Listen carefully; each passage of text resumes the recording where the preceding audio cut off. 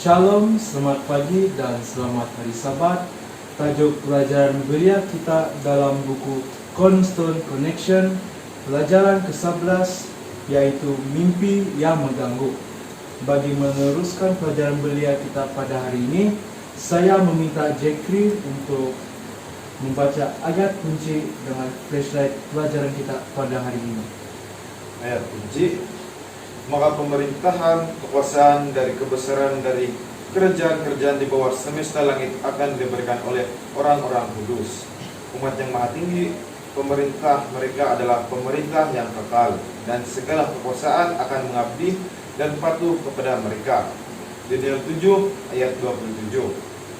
Flashlight: dekat sebelum kejatuhan Babel, ketika Daniel sedang merenungkan nubuatan-nubuatan ini dan mencari Allah untuk memberikan pengertian tentang peredaran masa, serangkaian khayal diberikan kepadanya mengenai bangkitnya dan jatuhnya kerajaan-kerajaan. Dengan khayal pertama, sebagaimana yang tertulis dalam Daniel pasal 7, suatu penafsiran telah diberikan, namun tidak semuanya dijelaskan kepada nabi itu. Para nabi dan gereja, muka surat 553. Sekarang saya meminta Steve untuk memberi penerangan dalam inti cerita belia kita pada hari ini. Pada sabat ini kita punya inti cerita akan berkisar dalam Daniel 7 ayat 15 sampai 28. Dikatakan di sini bahwa maka aku Daniel terharu karena hal itu, dan penglihatan-penglihatan yang kulihat itu menggelisahkan aku. Lalu kudekati salah seorang dari mereka yang berdiri di sana, dan kuminta penjelasan tentang semuanya itu. Maka berkatalah ia kepadaku, dan diberitahukannya kepadaku maknanya. Binatang-binatang besar yang 4 ekor itu ialah 4 raja atau kerajaan yang akan muncul dari dalam bumi. Sesudah itu orang-orang kudus yang maha tinggi akan menerima pemerintahan, dan mereka akan memegang pemerintahan itu sampai selama-lamanya. Jadi secara ringkas, bahagian inti cerita kita pada sabat ini adalah menerangkan tentang penglihatan-penglihatan Daniel dan juga maksud tentang penglihatan tersebut.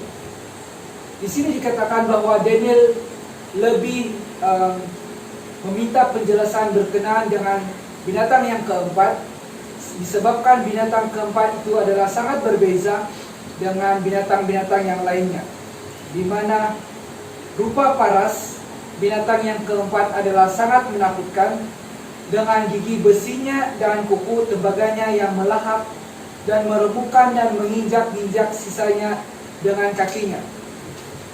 Dan tentang ke-10 tanduk yang ada pada kepalanya, dan tentang tanduk yang lain, yakni tanduk yang mempunyai mata dan yang mempunyai mulut yang menyombong, yang tumbuh sehingga patahlah 3 tanduk dan yang lebih besar rupanya.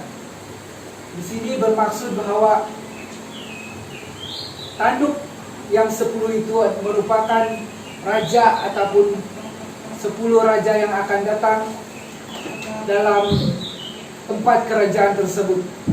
Dan ada 1 tanduk ataupun kerajaan yang besar yang akan tumbuh dan mematahkan 3 tanduk yang kecil.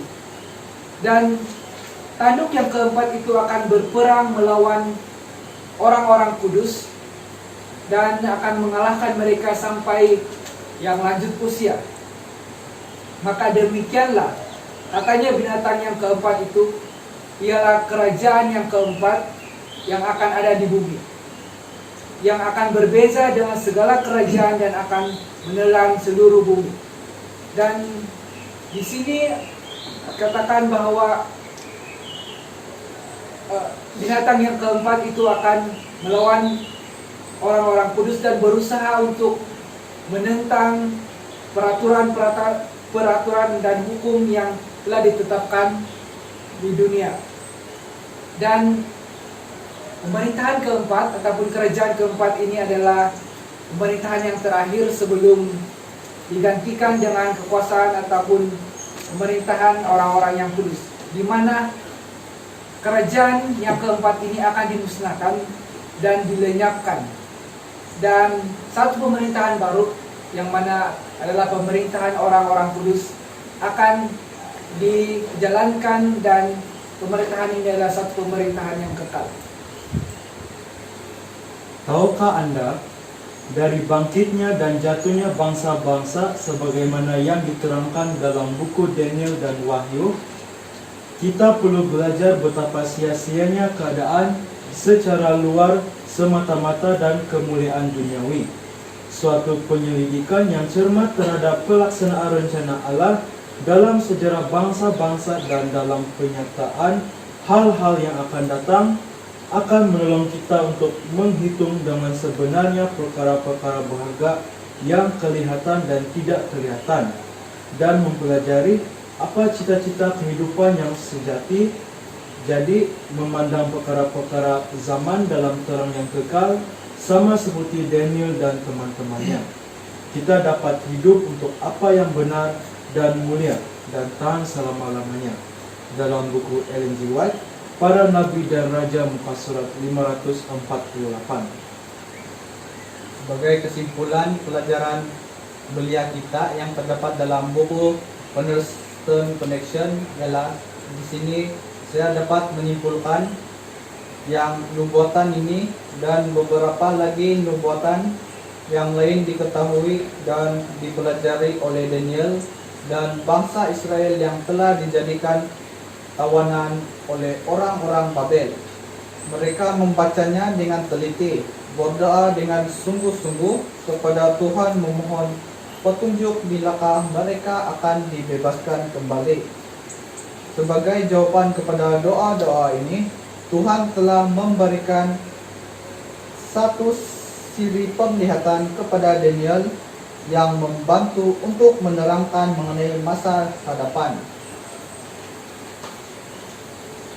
Nubuatan menelusuri kebangkitan dan kejatuhan kerajaan-kerajaan dunia yang besar, yaitu Babylon, Medi, Persia, Yunani, dan Roma. Dengan masing-masing kerajaan ini, sebagaimana dengan kerajaan-kerajaan yang kurang berkuasa, sejarah berulang kembali.